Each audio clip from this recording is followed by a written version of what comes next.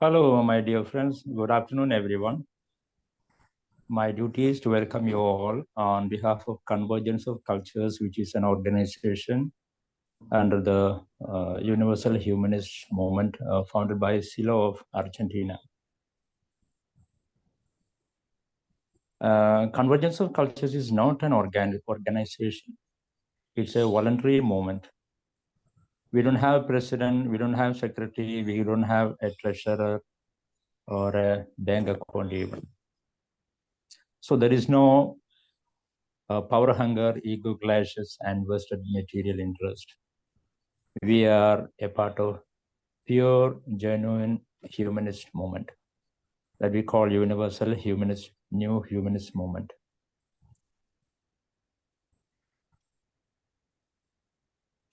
We work for a universal human nation where man is the central value, not money. We don't believe in dividing people on differences. Instead, we celebrate the differences. We believe and work for cultural harmony and peace worldwide. We promote cultural mingling and pluralism, which is need of this time. Today, we are in the beginning of a campaign called National Campaign based on the theme, Stop Hatred, We Are One Universal Human Nation. And I'm happy that seeing our invitation, many people from many states of India and even from abroad have participated, attended this meeting. I'm very happy about that. I welcome each and everyone on behalf of COC, that is Convergence of Cultures. Especially welcome our beloved friend and renowned humanist, Mr. Sudhir, who is hosting this meeting from Mumbai. Also, special welcome for our renowned speaker, Dr. Parimal Merchant from Mumbai. Welcome, sir, and welcome you, everyone, once again. Thank you. Thanks a lot. Bye. Okay, thank you, Abuka. I just introduced Dr. Parimal Merchant. He is a renowned humanist staying in Mumbai. He is a professor and head of the department of the Jain Institute of Management. Now he is working abroad. I think he is participating in this meeting from Gulf area.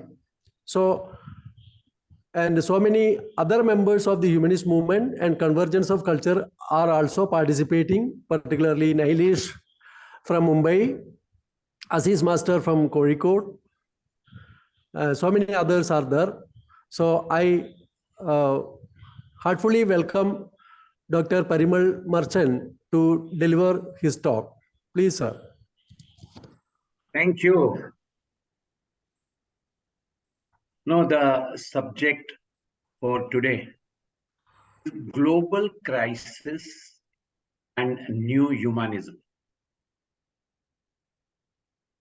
Nowadays, this word global crisis is not new, need not be explained.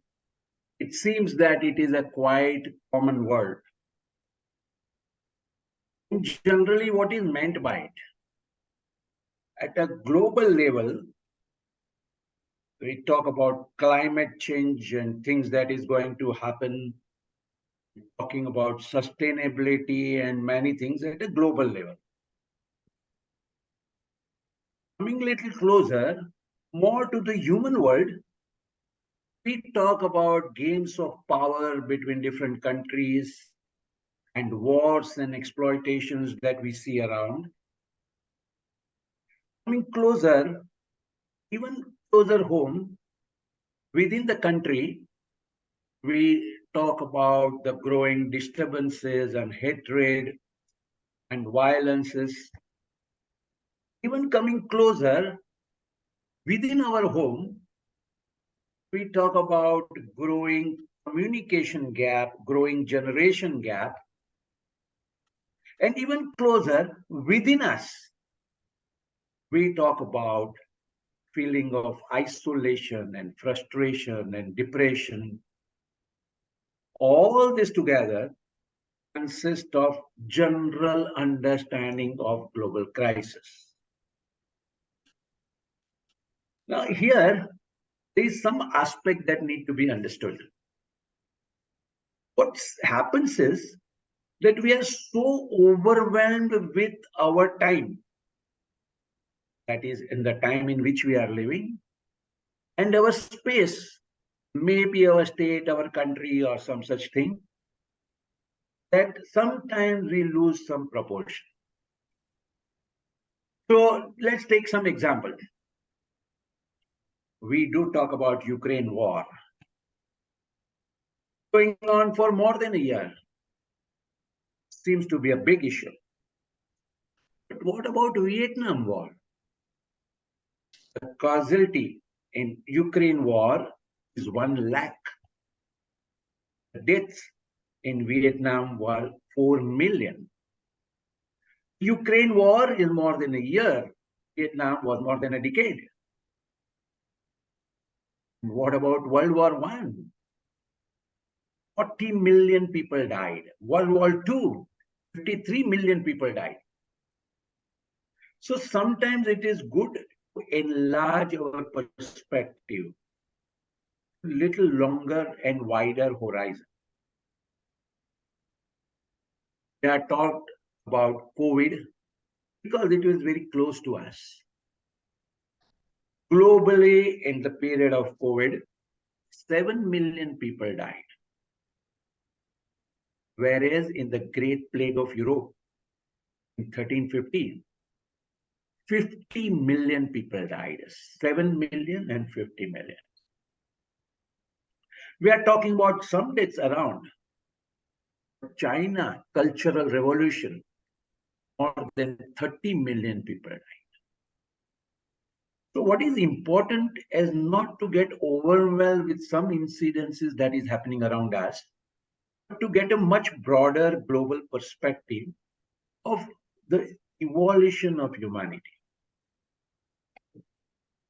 So way back in 1992, Silo wrote a letter to my friends.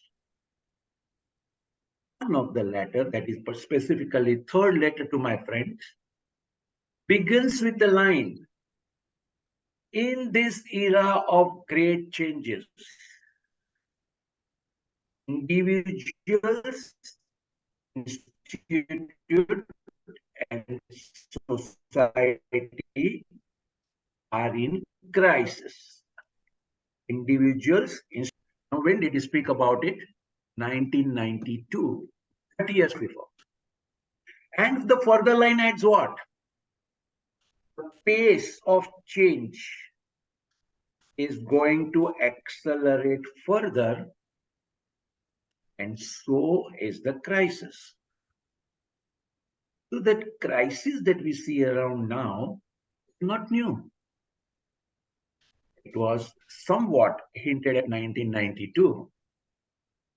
But even in 1992, it was only re-explained. The understanding of global crisis was actually verbalized, put in place, clearly defined way back in 1966, more than 70 years ago. It was defined at that time, it was realized, it was explained that the social and personal crisis of that epoch, 1960s, demanded new answers. Whatever was happening around society, whatever was happening within personal crisis, it is this that demanded new answers, something that is at the depth of human being. It was that which required a new answers. We can use a word, human consciousness, if it is not too difficult. You can just simply say, crisis is not just in the world, The crisis is within human beings. That is how in 1966 study groups were formed and humanist movement began to take shapes. The whole objective of humanist movement was to understand the needs of human beings. What does human beings need? And then produce the means to really go towards meeting the needs. As the things are in the world,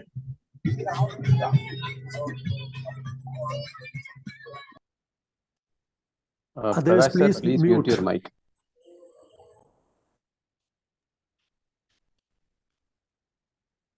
as are in the world, because of the deep needs of the human being, things were considered more or less like determined. And the humanist movement proposed to really create means, the ways of helping human beings to move from this predetermined state to the state of freedom. I have been working in humanist movement for more than 40 years. And we would use the word moving from the ground of determination. Everything is determined, life has to go in a particular way, to the ground of freedom, which humanity is moving towards. Humanist movement, the initial years of the formation itself, talked about, discussed about, and proposed to work to explore answers to the global crisis. It was proposed to work for humanization of the world. Why? Because the way the world is today is not humanized. Human being is the not most important thing. Power and profit of few is more important than human being as such. And the evolution of humanity will be to move towards a world where all human beings gets equal opportunity. Simply putting it, became a kind of a drive to work for humanization of the earth. This drive is not local, is not for a particular law, a particular situation, a particular place. It is a global phenomenon. And so right from very beginning, humanist movement proposed to work as an internationalist force. We are talking about the global crisis of human being, not human being of a particular city or a particular country. Human being as a whole is going through crisis overall. The work has to be also global. So humanist movement proposed a project Humanize the Earth. Approach as internationalist. There could be rich country and there could be poor country. There could be advanced country and there could be third world countries. All these adjectives are not natural. They are all given by human beings. So to do away with it, humanist movement proposed working as anti-discriminatory without any kind of discrimination. And whatever position I am placed is good. But whatever position others are placed, how do I feel solidarity with human beings all over the world? So humanist movement proposed objective of humanization of the earth, working at a global internationalist, anti-discrimination, and with solidarity. And it defined this clear way of working, active non-violence. So there is violence, there is non-violence, and now here it is active non-violence, opposing all forms of violence non-violently. All this to do what? To deal with the global crisis and create an answer for the humanity. At that time, it was discussed that really speaking, in human history, time to time, crisis happens. Though this was discussed in 60s, it is today that more or less we can see the whole population feeling internally a sense of crisis. It was explained that whenever there are some values which are fundamental to society, and whenever these values that are so fundamental of the society starts losing the meaning, human being feels shaken. I lived in a time where a father was respected by the son or daughter of the children. For me, family as a bond was a fundamental value. Now when I see my children or the young people around not caring for the family or not caring for the parents, I am shaken. What is happening to the world? And nothing great is happening to the world, but something which was so fundamental to me start losing meaning. This is what we see happening around, where people are feeling lost. There is a sense of nostalgia. Once upon a time, things were like this and things were like this. Today, see what is happening around. This is a frustration. And this is a great indicator of personal crisis. It was explained that when the class dialectics intensify, there are different classes in the society. Either they can work harmoniously or they are pitched against each other. When they're pitched against each other, it is not that they actually want to do it, but internally they are going through a crisis where they find it easier as a solution to be pitched against each other. So in the time of crisis, what we notice in society is society divided into various parts, and each part is supposed to be opposed to another part, and there is a lot of resentment, hatred, and tensions among groups. This is an indicator of the crisis. What we are seeing now, particularly when we see in India, as if it is happening today, all this was explained in the initial work of the Humanist movement in the 60s. So our values are shattered. People, different classes are pitched against each other. Generations seems to be having a very big gap. Parents who used to believe unquestionably in religion are shocked to learn that children are questioning the religion. Parents who have grown up with the idea that we are living in democracy are shattered to learn that the young people do not see that there is any democracy. Parents who are used to believe there are some people who are ordained to have power. Once upon a time it was a king, now it is a time of some politicians, and it is a privilege to come closer to them, to touch hands with them, are at a loss when they see young people now care nothing about who is in power. They have no respect for the politicians. So all this is a generation gap.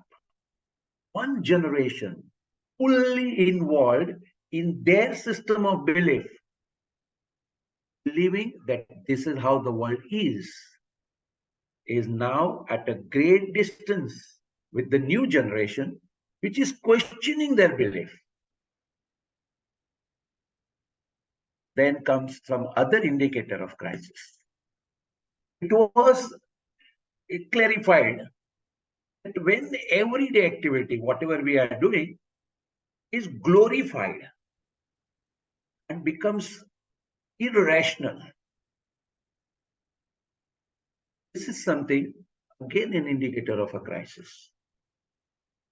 And finally, whenever there is a general feeling of suffocation, when people can't explain what is happening, but are not really at ease with themselves, all this is a kind of description of the society, irrespective of a particular incidence, irrespective of a particular person in power, irrespective of some war or some weapons or some kind of violence. Really speaking, is indicator that crisis is in human being, that inside the humanity. And it is this which is giving this feeling of suffocation. Humanist movement really identified all this way back.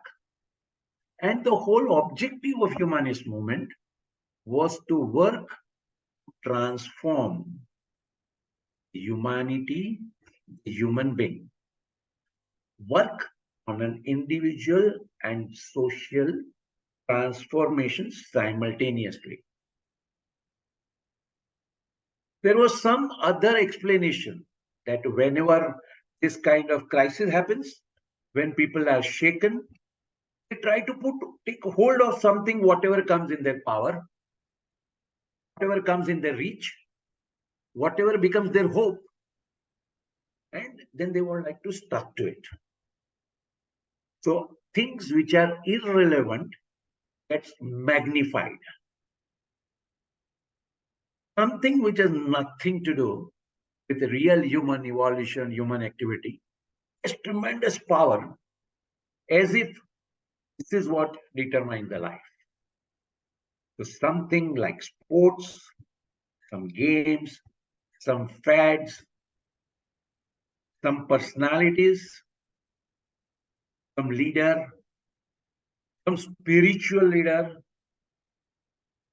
they all are given a kind of power which is little difficult to define, but something in which people put all their hopes, ready to bear all the other things, just hoping these things will change our life, it will help me to live better. Instead of trying to understand their challenges, they try to put somebody else in power as if magic will happen. There is no rationality. There is craze. There is a madness. All these are indicators of crisis. So crisis that we are talking about now, crisis that most of the people are talking about now, is not something new. It has been simmering. It was visible almost 50, 70 years ago. And actually to address this crisis only, that humanist movement was born. So Silo, during writing letter to my friends in 1992, in the first letter, he wrote something terrifying, that let's be very clear that if all that we are talking about is some past glorious time, the world that is disappearing, Silo clarified that those of us who believe in human evolution are not depressed by the changes we see.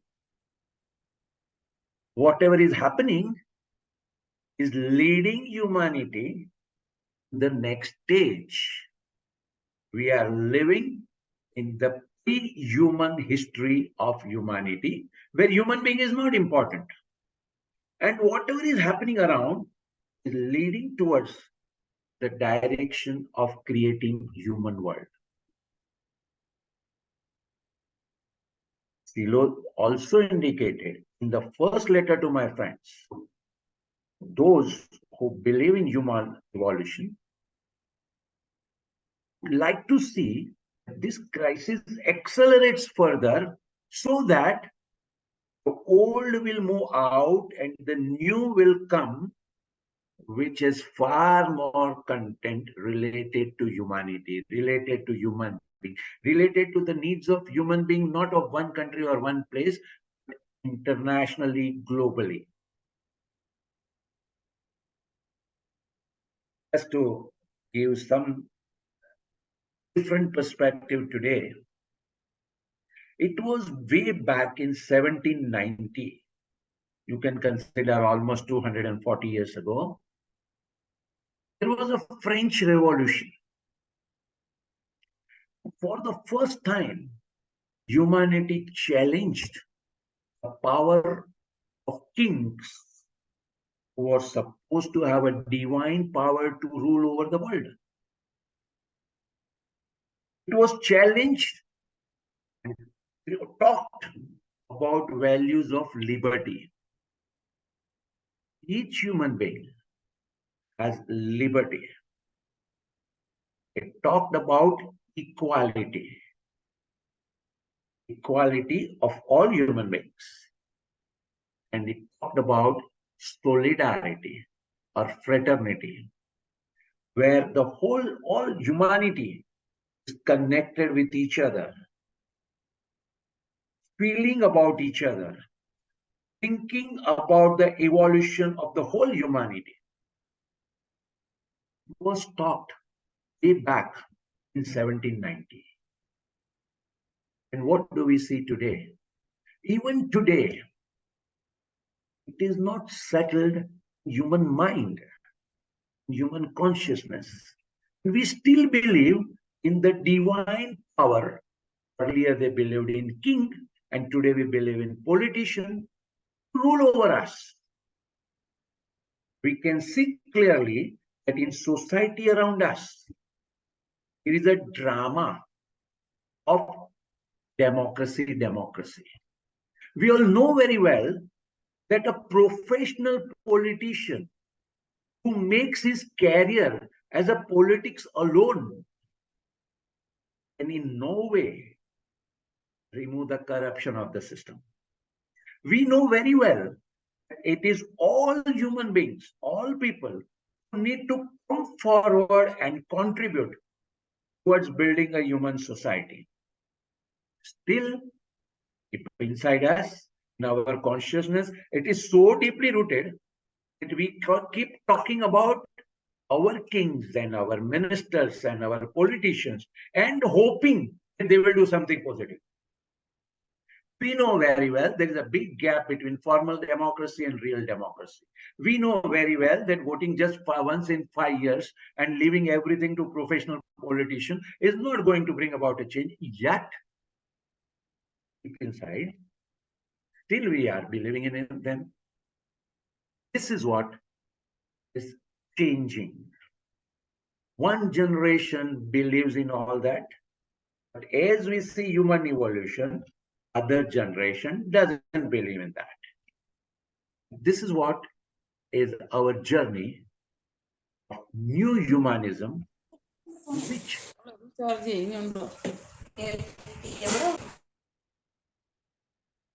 in which we are not carried away with the old notion, but rather we work, we understand the needs of the human being, or what we call inner urge that is visible among a lot of people around us, or at a very subtle level. The word used by Silo was a new sensibility that is visible around us. And what is important is not really to get obsessed with some incidences happening here and there, which are nothing big compared to all the things that has been going on, but rather align all our energy to connect with this new sensibility, the hope of creating a world far better for all human beings. So we can talk about some indicator of this new sensibility. One generation is used to believe that all this is idealistic, utopian, imaginary, is now coexisting with another generation who is not believing in the old values and who seems convinced that human world need a different perspective. So what are they? So let's talk about this in the form of humanist attitude. Treating the human being as the central value. This is point number one. Is robotization good or bad? We don't talk about good or bad from economic point of view or from technology point of view. Rather, let's look at it. Is robotization good or bad from human beings' point of view?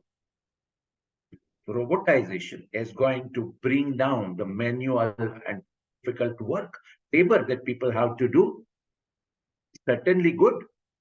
If it is going to deprive human being of their livelihood and their food and their shelter, it is certainly bad. So we are not going to look at things from good and bad from any point of view other than impact on human being. To put this as a criteria, and a corollary comes. If human being is the central value, then there is nothing about human being, be it political leader, be it money, be it business, be it national boundaries, everything is at the service of humanity to facilitate coordination, to facilitate working together, to facilitate transactions. By themselves, they do not become a rule over human being. So that is a corollary coming from this statement. Human being as a central value means nothing about human being. And the second corollary would be no human being below another. A person born in America and a person born in Sudan, both are being born at this stage of human evolution where electricity is discovered, where all the transport and different means are there, where health is being available. So a child born in Sudan is nowhere lower than a child born in USA. This is the spirit of humanity. Nothing about the human being and no human being below another. This is the heart of the humanist attitude. Similar, you can put it in the other way. It also means equality of all human beings. Just because somebody has more money is good. But as far as all the social life is concerned, all the things are concerned, everybody should have equal opportunity. All human beings are equal. This understanding is radically different than whatever prevailed so far, which is being shaken up with this crisis around. So far, differences in human being were taken as granted. There is a master and there is a slave. Master has a right to whip the slave Slave has a duty to please the master. Human beings are not equal. And that is why history so far this can be called as a pre-human history. In human history, first time we will realize this whole idea that all human beings are equal. Again, for one generation, this is shocking, unbelievable, it can never happen. And to a new generation, this is the way things should be. May or may not happen overnight. Obviously, it will not. Clearly, humanity is moving towards this direction. So when one black man is being killed in America,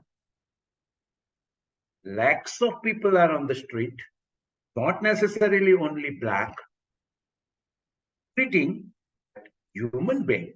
It is not black or white. It is not rich or poor. It is not educated or uneducated. It is human being which is at stake. This is already visible in many fields around. Oh, it is a little weak. It is a little subtle. It is gaining momentum. There comes similarly along with treating human being as the central value and equality of all human beings comes a very important dimension of respecting personal and cultural diversity. We are living in a time that cultural and personal views of one part of humanity are supposed to be superior over another part of humanity. We are living in a time where one part of humanity is considered as civilized and another part of humanity is considered as uncivilized. The civilized so-called part of the society picks up among themselves to bring about changes in these uncivilized people by imposing their values on them.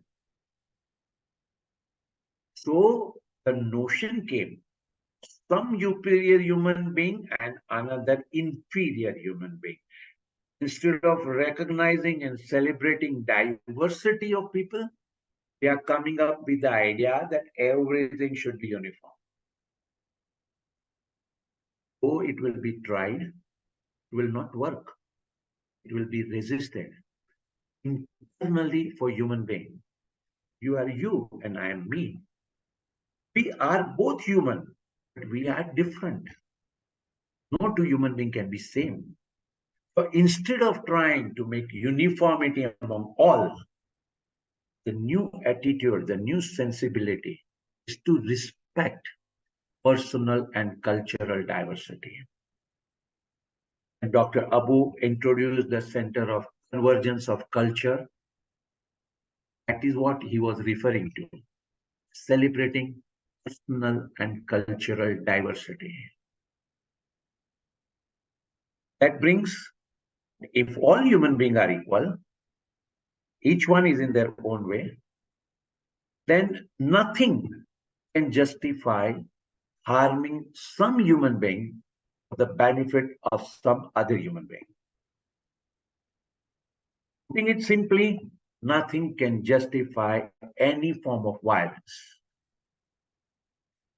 Physical violence is very well known, which is witnessed, and it's believed as if that is the only form of violence, though factually, it is a kind of violence which is the least harmful. The other forms of violence, far severe harmful. If you hit somebody with a knife, maybe if the person will bleed for a while, maybe there will be some stitches, and after some time, the wound will be healed. When you deprive somebody of education, when you deprive somebody of opportunity to get a livelihood, life ruined for the whole of life. Economic violence, religious violence, racial violence, psychological violence, different forms of violence. Anything that harms human being or hinders, prevents, stops his growth, his development, is violence. It can be called by one name or another. Anything that harms human being or hinders his development is violence. And the new sensibility talks about opposing all forms of violence with active non-violence. This is something that requires courage. It is opposing all forms of violence so that all human beings get equal opportunity to grow. There are four things. When we talk about diversity, and obviously we have to respect the freedom of thought and belief. I am always right from my point of view. The other person has a right to think in his or her way. I have some belief. I'm free to have my belief. Others are also having belief and they are also free to have belief. It's respecting freedom of thought and belief of every human being. Learning to coexist is something that in the old paradigm, the old kind of society, the traditional way of working, including the current time, is new. That is what is coming out if you talk about respecting each human being. If you respect each human being, you respect the freedom to have their own thought and own freedom, own belief. But we live in a society where the structure is given. There are rich and poor. There are owners and workers, people in power and people not in power, educated and uneducated. And all this is going to live forever as of absolute truth. The society is like this only. The nature of the human being is to fight only. The nature of the human being is to exploit each other only. All these statements, which are given as absolute truth, new attitude is talking about questioning it, challenging it, and developing a new knowledge. Developing knowledge beyond what is accepted as absolute truth is what is an indicator of this new sense, of this new approach. We can call it new humanism. First letter to my friends, Silo writes that this new sensibility is already visible. And in the beginning of the letter, he says that there are authors, there are people who are saying that humanity is going to, there is going to be a doomsday. He says that humanity, which has evolved for thousands and hundreds of thousands of years, is not going to perish just because some people behave in some particular way. It's a fundamental faith that future is bright. It's a fundamental faith that humanity is evolving. And the new humanism is reaffirming this faith within themselves. So they are not disturbed when they see things around.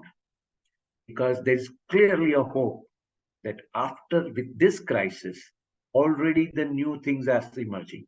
And very soon, this old will be replaced by new. We have a choice to sit idle as a spectator, but keep actively working to promote this new sensibility, to promote these new ideas. This sensibility is going to be there in people, but each one will think that they are alone. when this whole thing is manifested, when people keep on proclaiming this is how the life should be, this is what is human being, there should be equality, there should be no violence, there should be real democracy, there should be nothing about human being. When this is echoed here and there and there and there, when the sound goes on getting magnified, that sensibility which is subtly hidden inside each human being will find a commonness, a sense of unity with what is around. So, global crisis that we are talking about is not a new phenomenon. Instead, it is something that has been there, gradually and rapidly moving towards becoming more human society. And new humanism is not get frustrated with whatever is happening around, not to become hopeless as if nothing is going to change, not to believe in the finitude of whatever is happening around, rather to have a faith in human evolution.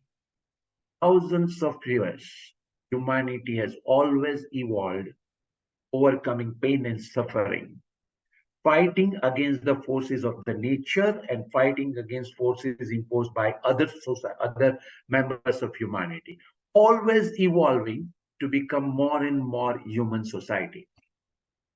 Already things are visible. 1919, so 100 years ago, in Brooklyn is a place in USA, there was a zoo. And in the zoo, in the cage, they had one gorilla, one chimpanzee, and one African American for display. This is what was the state of humanity just 100 years ago. And today, it is not accepted. Till 1918, that is again just 100 years ago, in Texas, there was a law that anyone who is insane, anyone who has gone mentally bad, and women cannot vote. Till 1980, just 100 years ago, humanity, the so-called advanced country, civilized country of United States, believed that an insane and weird human being and women are equal and they have no right to vote. Today is no more the things. Just till 1960, Martin Luther King, when kicks out the whole proposal, I have a dream. It's all about all human beings are equal. Just 50, 60, 70 years ago, apartheid was accepted in South Africa. And how rapidly humanity is changing, moving more and more towards human equality. Today, the perpetrators of violence also have to use language of humanity. They want to stage a war, but also in the name of humanity. Because just a war for the sake of war, they cannot justify. So we are in a brilliant time. We are in a time which is rapidly changing. Change is accelerating every time. All that we need to do is to celebrate that we are at the vanguard. We are the proponents. We are closer to the new changes that is happening in humanity. Irrespective of whatever the doomsdayers say, the human attitude is already growing. That is why the members of this new humanism are not frustrated. They are not suffering. They are forcefully, joyfully promoting this idea of humanization of the earth. So here we discussed about global crisis, what is being perceived today, how it was perceived long ago in humanist movement, and how proposals in the form of new humanism humanist attitude and actively working in the world to spread this around so that those who are having internally can resonate with it and take the things forward. I would just recapitulate the indicators of humanist attitude. One, human being as the central value. Nothing about the human being, no human being below another. Two, respecting personal and cultural diversity. Three, equality of all human beings. Four, repudiating, opposing all forms of violence non-violently. Five, freedom of belief and thought. And last, the sixth one, development of knowledge beyond what is accepted as absolute truth. When the proponents of new humanism are going to promote this, when they are going to reach out to the world, when they are going to talk about it, obviously the people who are formed in the earlier sensibility are not going to welcome you, are not going to celebrate you. In fact, they are not even going to understand it. Not to be overwhelmed by that, not to be demotivated by that, we need to recognize that we are belonging to the future. And the future is of the humanity. That future is already born. Already most of the people are feeling this internally. With our involvement, with our taking it in the vast areas, that is how it became internationalist. We are going to be just instrumental in it manifesting out. If we don't do anything, still it is going to come out. But we have the joy, we have the satisfaction, we are very happy that we are being instrumental in really opening a new chapter of humanity. Humanity where each human being is getting equal opportunity. Thought of as impossible till yesterday, the world will see it happening tomorrow. We are the people who are going to manage the transition from yesterday to tomorrow. That is the spirit of new humanism. I wish you all this spirit of new humanism in all the things that we do in our personal and social life. Thank you very much. Thank you, Parimal. Please raise your hand if you want to ask any question in just a few minutes. If anybody wants to ask question, please raise your hand and ask.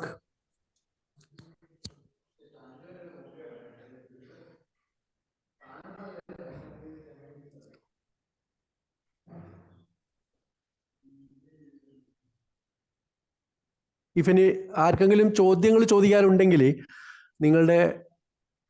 നിങ്ങൾക്ക് ചോദിക്കാം. ഇതുമായിട്ട് ബന്ധപ്പെട്ടിട്ടുള്ള എന്തെങ്കിലും കൂടുതൽ വിശദീകരണങ്ങൾക്ക് നിങ്ങൾക്ക് താല്പര്യമുണ്ടെങ്കിൽ നിങ്ങൾക്ക് ചോദിക്കാം.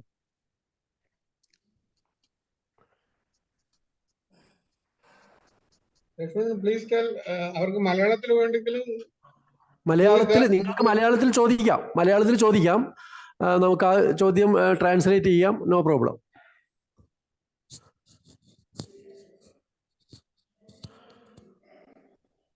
ഒരു അഭ്യർത്ഥന കൂടി, നിങ്ങൾക്ക് ഈ പ്രസ്ഥാനത്തെക്കുറിച്ചും ഈ ആശയത്തെക്കുറിച്ചും കൂടുതൽ അറിയണമെന്നുണ്ടെങ്കിൽ നിങ്ങളുടെ ഫോൺ നമ്പർ പ്ലീസ് നിങ്ങളൊന്ന് ചാറ്റ് ബോക്സിൽ നിങ്ങളുടെ ഫോൺ നമ്പർ പേരും ഒന്ന് തരുന്നത് നല്ലതായിരിക്കും. ചാറ്റ് ബോക്സിൽ നിങ്ങളുടെ ഫോൺ നമ്പറും പേരും.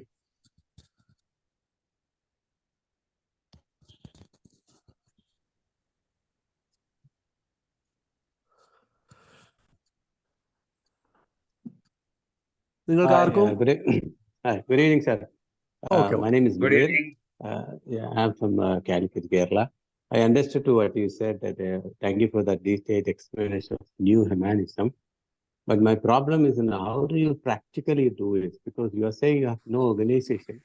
So without an organization and that kind of level, how do you practically, make it practice this humanism? Okay. Humanist movement has been working now for more than 70 years.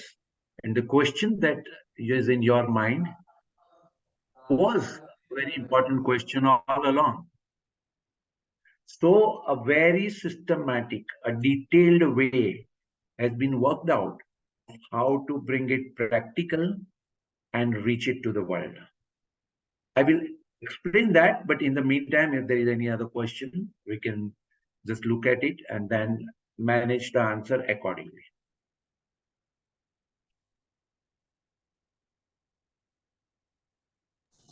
മറ്റുള്ളവർക്ക് കൂടി എന്തെങ്കിലും സംശയങ്ങൾ ഉണ്ടെങ്കിൽ അത് പ്ലീസ് നിങ്ങൾക്ക് ഇനി അഥവാ പറയാൻ പറ്റില്ലെങ്കിൽ ചാറ്റ് ബോക്സിൽ എഴുതിയാലും മതി.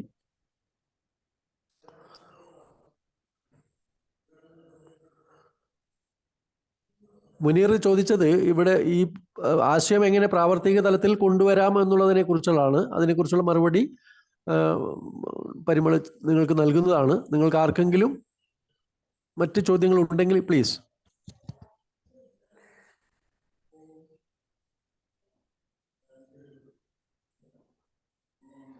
മുനീർ ചോദിച്ചത് സംഘടനാ സെറ്റപ്പ് ഇല്ലാതെ എങ്ങനെ കൊണ്ടുവരുന്നതാണ്. Muneer was asking how we can put all these ideas in practice without a setup of organisation like that.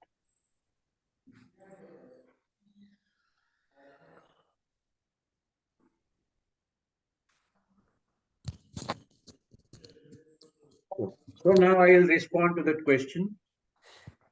Whatever we have discussed as about what is happening in the depth of human being can be called as a doctrine. That this is how things are happening. Of course, we have not discussed the whole of the doctrine, but whatever we have discussed can be called as a part of doctrine. This is good for discussion. This is good for understanding. This, to make it practical, has to be translated in something that is called ideology. So, non-violence and non-discrimination, real democracy, participation by people, right to recall, national integration, all these are a certain kind of translating what we are doing into the form of ideology. And then this ideology can be further translated into something called campaign. For example, just now, convergence of culture has taken this campaign. We are one human being. It is a very, very simplified, practical version to reach out to thousands of people. Now we can imagine somebody in some part of the world, some part of India, saw this message. We are one human being. We are one. Inside him or her, there is a feeling that appeals them. So they come closer with convergence of culture. Who are you? What you are doing? How you are doing? Convergence of culture will say that, okay, we are promoting this. If you like, you can also participate in promoting to others. And then slowly explain them. Actually, more than explaining, share this feeling about human being. So the humanist movement created 5 different organisms to work out to people and society in each different field. Those with political affiliation can translate this ideology in the form of political language. So for that purpose, it's called Humanist Party.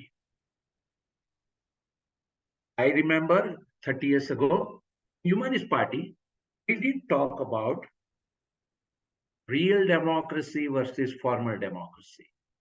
The need for good people to come in power, need for good people, for everybody to come for our common problem things, So the ideology, the doctrine was transformed in political ideology, which was in turn translated into campaign. So we take different campaigns in these organisms. Humanist Party for political areas, the community for human development for social areas, convergence of culture for the bringing people together, World Center for Human Studies for educational or academic thing people bringing together, and which is the fifth one? World without war. World without war. Now, when World Without War and Weapons takes out a world march, what is it doing? It is going through different territories. It is talking about the destruction and the damage created by war. So many people internally are also aligned with this. They didn't know what they can do. When they hear the campaign of the World Without War and Weapons, they can relate, come out, they join.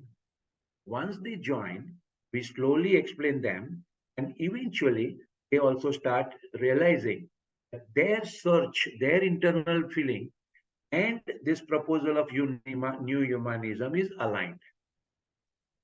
So this is how it was started in a corner of the world and reached out all over the world with different organisms.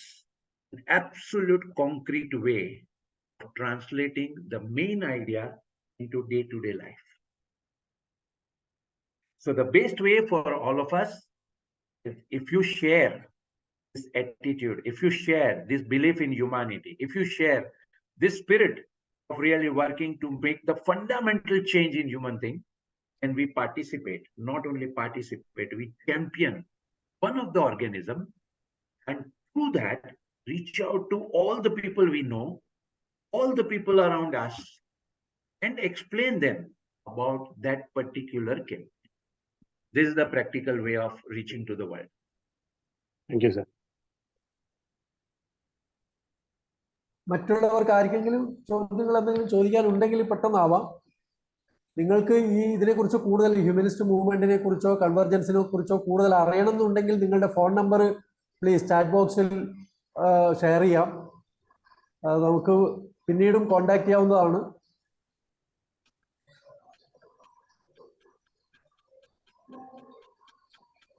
And meanwhile, we have a guest from abroad, from Chile, Antonio. So I would like to hear some words from him.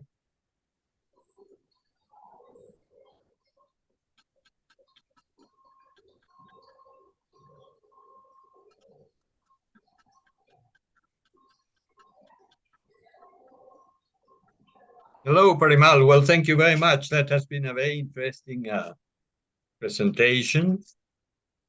Unfortunately, it's not easy in just a few minutes to be able to present the whole viewpoint of universalist humanism and all the different levels or expressions of action. And but I think you managed in that period of time to present a quite comprehensive view. And I understand that there are questions like, for example, the aspects of organization. That means how to bring these type of explanations in practical terms and with enough intensity to large groups of people so that it can have an impact and start to transform the lives. It's a very legitimate concern and preoccupation, especially at this time when history is moving so quickly.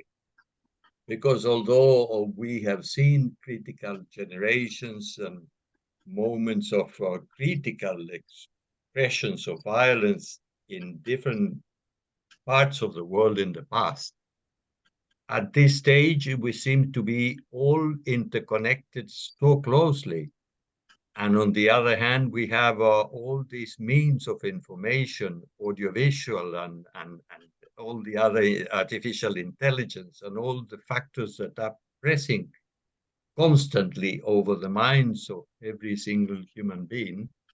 And that is bringing up the level of preoccupation, concern, neurosis, you seem that not being able to find a place where to escape from this pressure in today's world, which in the past, I mean, you have more alternatives. You just went to the country or you climb a hill being a child and had a different perspective. Now you try to go to that hill and it's fully built with modern things and instruments, and you cannot escape anywhere from the pressure. And the pressure obviously has accelerated the crisis to a point that for lots of people it becomes unbearable, unique. But as you say, with very profound faith, and it explains Silo in Letters to My Friends, the process of transformation of humanity, the destiny of humanity is such that it will prevail over any other panicking, immediate, and contingent situation that we may be facing at this stage in the world. And I think you manage in short sentences to present that picture of hope, and that picture that in the end, the values of humanity are going to prevail. And still the question stays of how and what we should be doing and how we organize our priorities in the present context. But that becomes also very different, because you may find a different answer required depending on where you are placed, what are your circumstances, what groups are you in touch, etc., etc. But I'm sure that all of us, we can do an important contribution to move the process in its progressive and evolutionary direction. I don't want to take longer, but thank you very much for that presentation. Lots of fruit of thought. Thank you. Anybody wants to talk? Few seconds. Anybody want to share? Pradeep raised his hand. Can I ask you a question? This is for Mr. Antonio. Surely. Can I ask a question to Mr. Antonio, who just spoke about? Yes, yes. Sir, can you hear me? Yes. No, I think you were talking about the pressures in the world that individuals go through. And I think the whole new humanism tries to address the problem of hatred across the world. I think which is a real issue. There is hatred across the world. There is almost a global hatred of democracy. But what exactly, sir, is your understanding about the way these pressures take place? Is it actually something? How do you actually fight these pressures? How do you fight these problems? Does this hatred come from people? It doesn't come from people, does it? It is in most cases the kind of hatred that we are witnessing today against democracy, against all kinds of humanist movements. They come from centers of power, and they're supported by centers of power. So what kind of an action can we actually think of to react against these powers that be?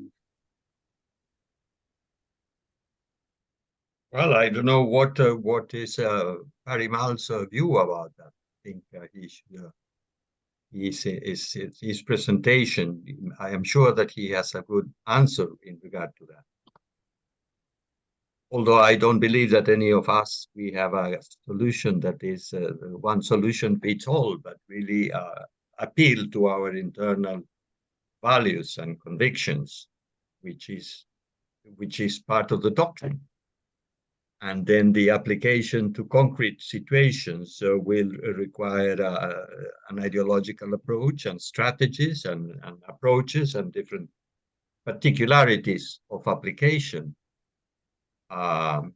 Obviously, other than trying to expand our understanding of humanism and reaching more people with it, luckily the multimedia these days opens to us the possibility of reaching out with our messages as well, as we are having the example today. It's a Sunday afternoon here in Western countries. People tend to sit and to relax, and then we are listening here over 35 or 40 people that are sharing a same way of looking at things, and we can listen to that presentation, and we are educating ourselves about things that otherwise we wouldn't have the opportunity to do in the past, because we didn't have these new technologies that allows this. We could use the same instrument for the purpose of disseminating our views and our messages.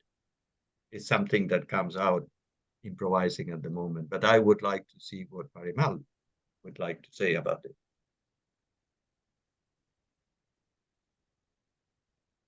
What you ask is limited to this understanding of hatred. Hatred is just one of the manifestation of the dehumanized society. While hatred is positively visible, discrimination is taken as accepted.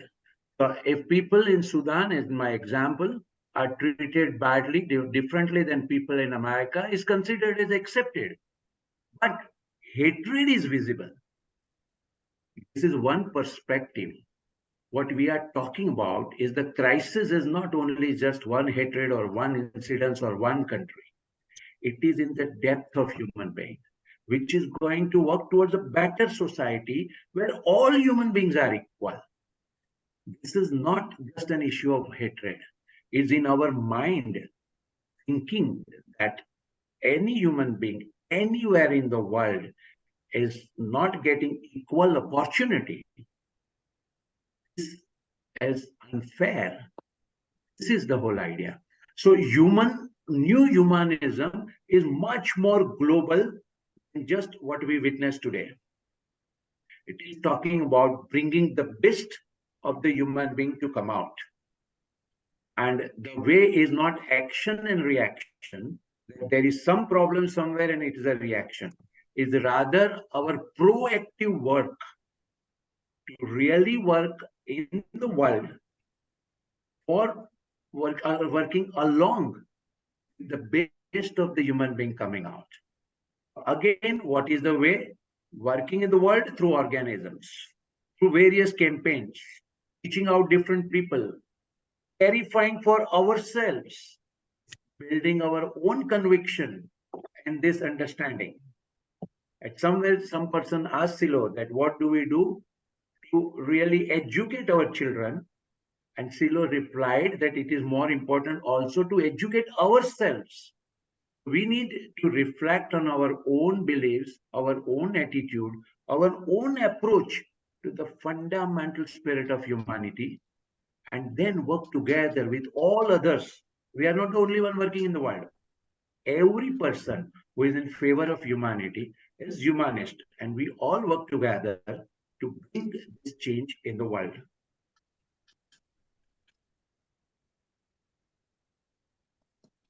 Thank you. And Parimalji, in this context, you must remember the Eddalu Karnataka movement in Karnataka. Actually, it was a campaign started with 8 people, only 8 people. I heard that Yogendra Yadav could initiate that. And what happened through that campaign, movement came out, and the BJP government is no more in Karnataka. They could throw it out without any violence, Yeah. It's a good example. The campaign, it works. Great, good example. Thank you.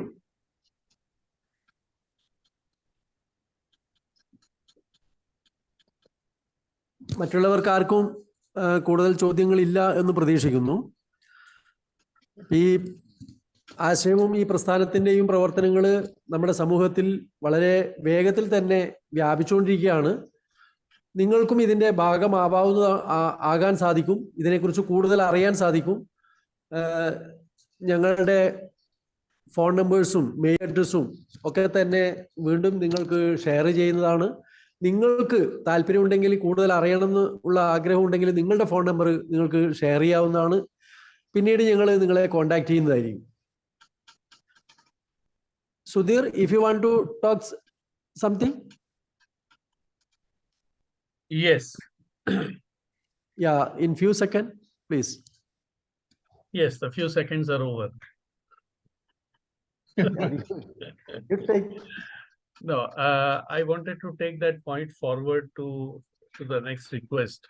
So what happens is that to do any activity, we come together and our friend spoke on this issue of hatred, we select the issues and we do campaigns. And like Abu said, if campaigns are done well, a campaign started by 8 people can result in the throwout of a government. I mean, which may not be the issue here, but the huge actions can result from what we do.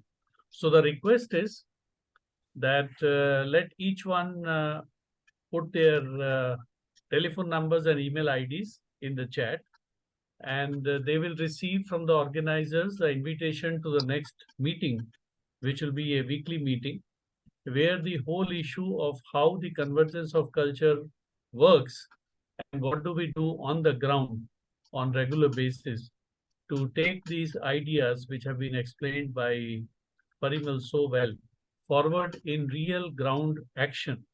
They will be taken up, and that is how the organization would work further. Thank you. Okay. I think Okay, മ്യൂട്ടാൻ തോന്നുന്നു. അല്ലല്ല മ്യൂട്ടാൻ തോന്നുന്നു, നിങ്ങൾ പറയുന്നത് കേട്ടില്ല, അതുകൊണ്ട്. ഇപ്പോഴും കേൾക്കാം. Okay. അപ്പോൾ നമ്മുടെ ഈ സെഷൻ ഇന്നിവിടെ വൈൻഡപ്പ് ചെയ്യാം.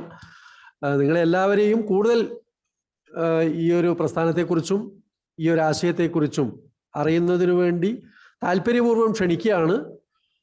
കൂടുതൽ കാര്യങ്ങൾ നിങ്ങൾക്ക് മനസ്സിലാക്കാവുന്നതാണ്.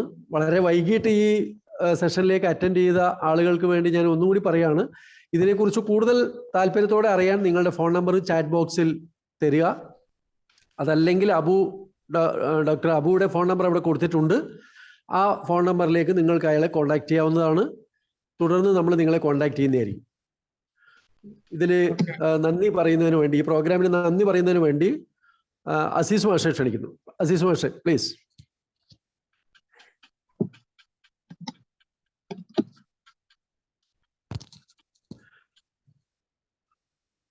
ഹലോ അസീസ് മാഷ്. Hello, are you asking me? Aziz Master from Kozhikode. I think എനിക്ക് തോന്നുന്നു പുള്ളി ഇല്ലെന്ന്, പുള്ളി ഇപ്പം ഔട്ടായി. ഓക്കെ, നിങ്ങൾ തന്നെ പറഞ്ഞാൽ മതി. ഓക്കെ. ഈ യോഗത്തിൽ പങ്കെടുത്ത ഇന്നത്തെ നമ്മുടെ ഈ ഒരു സെഷൻ ഇവിടെ നമ്മുടെ ഈ ഒരു ആശയത്തെക്കുറിച്ച് വളരെ നല്ല രീതിയിൽ തന്നെ വിശദീകരിച്ച ഡോക്ടർ പരിമൾ മർച്ചന്റിന് കൺവെർജൻസ് ഓഫ് കൾച്ചറിന്റെ പേരിൽ നന്ദി പറയാണ്. അതോടൊപ്പം ഇന്നത്തെ ഈ മീറ്റിംഗ് ഹോസ്റ്റ് ചെയ്ത നമ്മുടെ Sudheer Gandotra, Abu, Dayanand and all others, all our members and പുതിയതായിട്ട് ഇതിനെ ശ്രവിക്കാൻ എത്തിയ ആളുകളെ എല്ലാവരെയും, അന്റോണിയോ പ്ലീസ്, എല്ലാവർക്കും നന്ദി പറഞ്ഞുകൊണ്ട് നിങ്ങൾക്ക് എല്ലാവർക്കും ശാന്തിയും ശക്തിയും ആനന്ദവും, പീസ്, ഫോഴ്സ് ആൻഡ് ജോയ് ആശംസിക്കുന്നു. Thank you. Peace, force and joy to you also. Okay, Parimal, Sudhir, bye. People, Nilesh, bye. Thank you very much. Thank you everyone who Take came. care. We'll have others like this. Okay, bye. Cheers.